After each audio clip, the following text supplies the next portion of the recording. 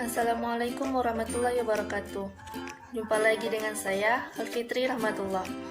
Dalam video kali ini, saya akan menjelaskan satu materi dalam mata kuliah Bahasa Indonesia, yaitu artikel ilmiah. Tonton video ini sampai habis ya, semoga bermanfaat.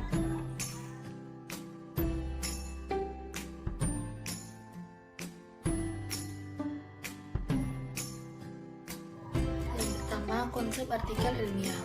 Artikel ilmiah adalah karya tulis yang dirancang untuk dimuat dalam jurnal atau buku yang ditulis dengan tata cara ilmiah dan mengikuti pedoman atau konvensi ilmiah yang telah disepakati.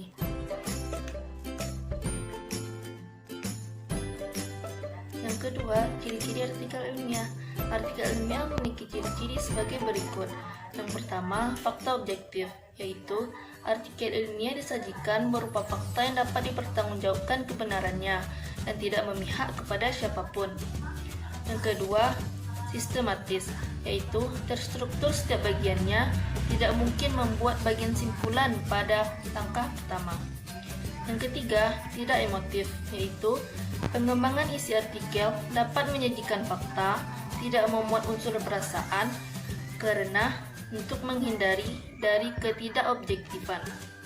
Yang keempat, tidak argumentatif, yaitu artikel ilmiah dikembangkan bukan hanya opini yang tidak dapat dipertanggungjawabkan, namun opini yang ada harus dibuktikan dengan bukti yang ada di lapangan. Yang kelima, penulisan artikel menggunakan bahasa Indonesia yang baik dan benar.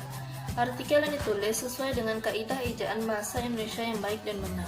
Yang keenam, penulisan artikel sesuai dengan kaidah penulisan jurnal yang dipilih. Yang bagian 3, jenis-jenis artikel ilmiah. Artikel ilmiah dibedakan menjadi artikel penelitian dan artikel konseptual. Kedua karakteristik artikel ilmiah tersebut dapat dijelaskan sebagai berikut. Yang pertama, artikel konseptual, yaitu artikel yang diangkat dari gagasan atau ide penulis. Yang kedua, artikel penelitian, yaitu artikel yang bersumber dari hasil penelitian yang dilakukan oleh penulis. Perbedaan kedua jenis artikel tersebut terletak pada isi. Jika dalam artikel konseptual antara bagian pendahuluan dan bagian penutup hanya berisi isi artikel yang bisa terdiri atas beberapa subbab, dalam artikel penelitian, antara bagian pendahuluan dan bagian penutup terdapat bagian landasan teoritis, metodologi penelitian, dan hasil dan pembahasan. Selanjutnya, contoh penulisan artikel ilmiah dalam sebuah jurnal. Yang pertama, pendahuluan. Pendahuluan berisi latar belakang permasalahan yang didukung oleh konsep, teori, dan hasil-hasil penelitian dari sumber-sumber pustaka yang relevan dan mutakhir. Di akhir pendahuluan disebutkan tujuan penulisan artikel atau penelitian secara jelas. Yang keempat, syarat artikel ilmiah. Syarat yang harus dipenuhi dalam suatu artikel disebut sebagai artikel ilmiah, yaitu sebagai berikut. 1. Komunikatif. Tulisan harus mudah diwujudkan oleh pembaca, sehingga perlu digunakan penggunaan kata yang tepat dan lugas untuk menghindari kesalahpahaman. Bahasa yang digunakan untuk menghasilkan tulisan yang komunikatif tak terkalahkan dengan jenis artikel. Misalnya, untuk artikel ilmiah populer, digunakan bahasa populer yang sering digunakan dalam kehidupan sehari-hari namun tetap ilmiah. Yang kedua, bernalar. Tulisan harus sistematis, isi pikiran yang disusun berurutan sehingga membentuk suatu hubungan antar kalimat yang bersistem, koheren, serta mengikuti metode yang tepat. Salah satu alasan pentingnya menulis artikel ilmiah adalah melatih penulis untuk dapat berpikir sistematis dengan menggunakan nalar. Sistematis sendiri merupakan suatu kemampuan untuk merumuskan permasalahan dari hal yang paling kecil, kemudian masalah-masalah yang terakhir disajikan sebuah solusi. Yang selanjutnya, ekonomis. Tulisannya harus disajikan secara ekonomis. Maksud ekonomis di sini adalah kata dan kalimat yang digunakan harus padat dan berisi. kalimat yang bertele-tele hanya dapat menimbulkan makna yang ambigu, sehingga pemilihan kata dan penyusunan kalimatnya harus dipikirkan sedemikian rupa. Selanjutnya, berdasarkan landasan teori yang kuat. Berdasarkan landasan teori yang kuat sehingga penulis harus banyak membaca atau berdiskusi dengan kelompok-kelompok ilmiah. Sebelum memulai menulis, biasanya dilakukan kajian pustaka untuk mengumpulkan informasi yang relevan sesuai topik yang akan ditulis. Selanjutnya didukung data yang meyakinkan dan pustaka yang mutakhir. Tulisan dalam artikel ilmiah harus didukung dengan data-data yang terpercaya.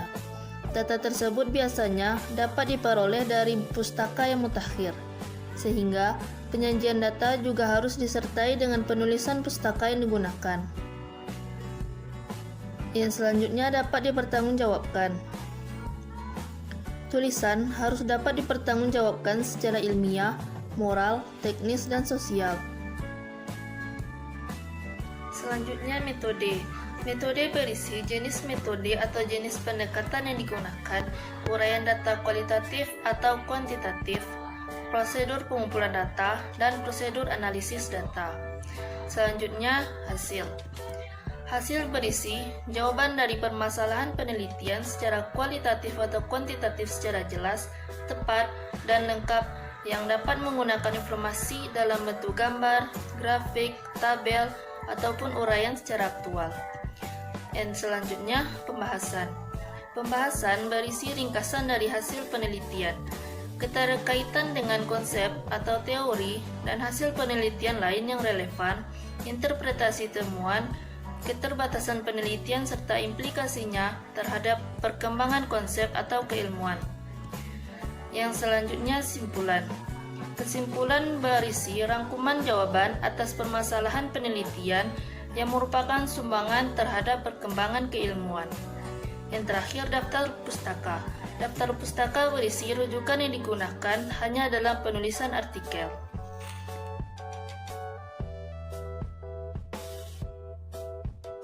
Terima kasih sudah menonton video ini.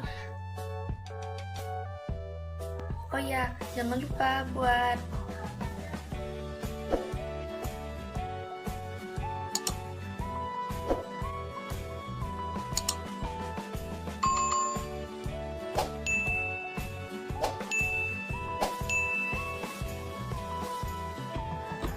jumpa lagi di video selanjutnya. Dadah.